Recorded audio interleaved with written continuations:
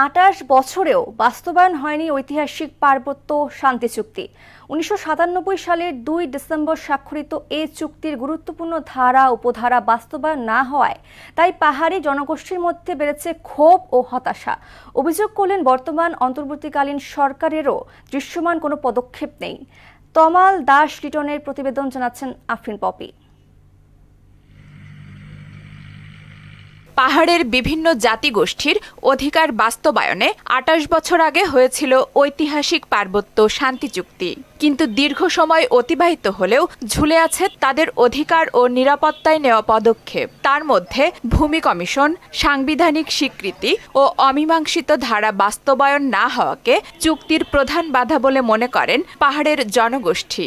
কোনো সরকারই এই পার্বত্য চুক্তিকে গুরুত্ব দেয় নাই, পূর্ণাঙ্গভাবে বাস্তবায়ন করে নাই।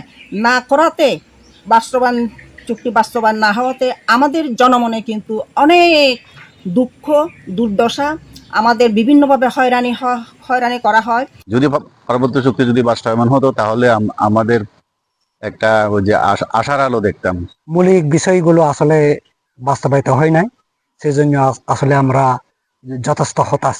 পাহাড়ি এবং বাঙালির মধ্যে যে শান্তির বিরাজ করার কথা ওইটা এখন নাই। যে গুরুত্বপূর্ণ ধারাগুলো আছে সরকার বাস্তবায়ন না করার কারণে আমরা পার্বত্য গ্রামের যুব জনগণ মানবেতর জীবনযাপন করছি।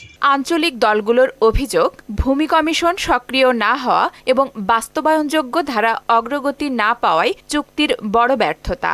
যে ভরসা নিয়ে চুক্তি করেছিলাম ২৮ বছরে তার অনেকটা বিপরীত চিত্র। আমরা অনেকটা হতাশ, এই চুক্তি মৌলিক বিষয়গুলি বাস্তবায়িত হয়। তবে পাহাড়ের বাঙালি জনগোষ্ঠীর একাংশ মনে করেন চুক্তিতে বাঙালিদের অধিকার উপেক্ষিত হয়েছে। তাদের দাবি, প্রয়োজন হলে চুক্তির পুনর্বিবেচনা বা বাতিল করতে হবে। ২রা ডিসেম্বরে যে শান্তি চুক্তি করেছিল এটা হলো যে এক পেশি চুক্তি ছিল।